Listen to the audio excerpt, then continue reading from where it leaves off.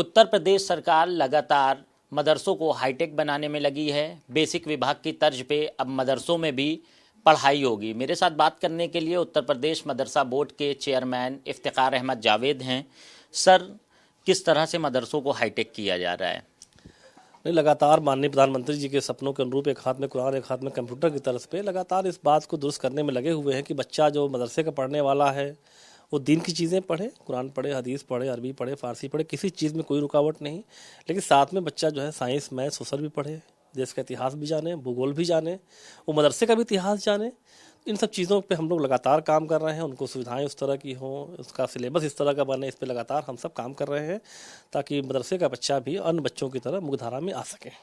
मदरसों में छुट्टी को लेकर काफ़ी चर्चाएं थी कि जुमे के बजाय अब संडे को छुट्टी होगी। इसमें आपने विराम तो लगा दिया है, आगे क्या तैयारियां हैं?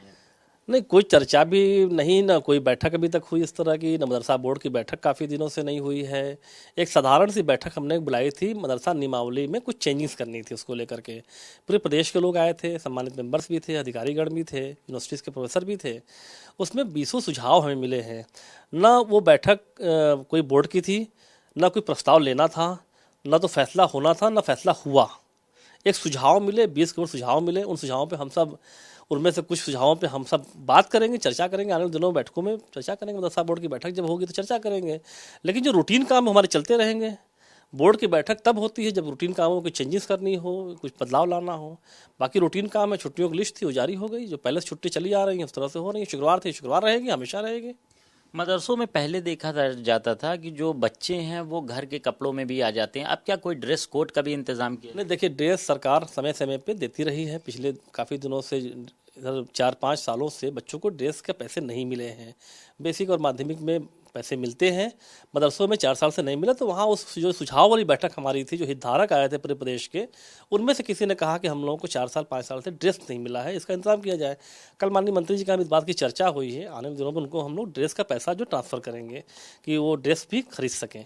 लेकिन ड्रेस कोई कोड लागू हो गया और कोई इस तरह का टाई पहनना है, बेल्ट लगाना, ऐसा कुछ नहीं हुआ है। ड्रेस का पैसा ट्रांसफ़र करने की बात हो रही है कि उन बच्चों को भी बेसिक और माध्यमिक की तरह उनको भी ड्रेस का पैसा मिल सके। मतलब मदरसों में बच्चे ड्रेस पहनेंगे? पहनते हैं कुर्ता पजामा। जो ड्रेस है, बहुत से मदरसों ने तो अपने संसाधनों से इकट्ठा करके बच्चों को ड्रेस बनवाया है, दिया है। हम कई जगह ड्रेस बांटने भी गए थे, प्रोग्राम उन्होंने ऑर्गेनाइज किया बाकायदा जो है। तो बच्चे पहनते हैं, जहाँ इस तरह से लोग मैनेजमेंट इंतजाम कर लेता है, पहन लेते हैं। जो सरकार के आश्रित हैं उनको थोड़ा सा आशा है कि सरकार देती थी, आगे देगी। तो हम सभी प्रयास कर रहे हैं कि सरकार की तरफ से भी उनको ड्रेस का पैसा दिया जाए ताकि वो भी बच्चे जो है ड्रेस में दिखाई दें। मदरसे की तरफ से जो एक अवकाश तालिका जारी की गई है उसमें एक बिंदु है कि जो शासन प्रशासन की तरफ से छुट्टियों के आदेश होते हैं, बहुत ऐसे मदरसे हैं जो नहीं मानते हैं उन आदेशों को। आपने उसमें एक पॉइंट ऐड किया है कि अब उसको भी मानना पड़ेगा। नहीं, वो मानते हैं, ऐसा तो नहीं है संज्ञान में कि नहीं मानते हैं। मानना चाहिए। सरकार, हमारी छुट्टियां अपने जगह पे तो हैं ही हैं, लेकिन जिलाधिकारी समय समय पे जाड़े का या गर्मी बढ़ती है या कोई आपदा ऐसी आती है और छुट्टियां करते हैं, टाइमिंग कुछ चेंज करते हैं, तो वो मानना पड़ेगा मदरसों को भी। बहुत शुक्रिया हमसे बात करने के लिए। मदरसा बोर्ड के चेयरमैन इफ्तिकार अहमद जावेद थे, जिनका कहना है कि मदरसों को और हाईटेक किया जा रहा है। जिस तरह प्रधानमंत्री नरेंद्र मोदी का कहना है कि एक हाथ में कुरान एक हाथ में लैपटॉप हो, उसी तर्ज पे अब मदरसों को विकसित किया जा रहा है। कैमरा पर्सन रजनीश के साथ कफीलुर रहमान, भारत समाचार, लखनऊ।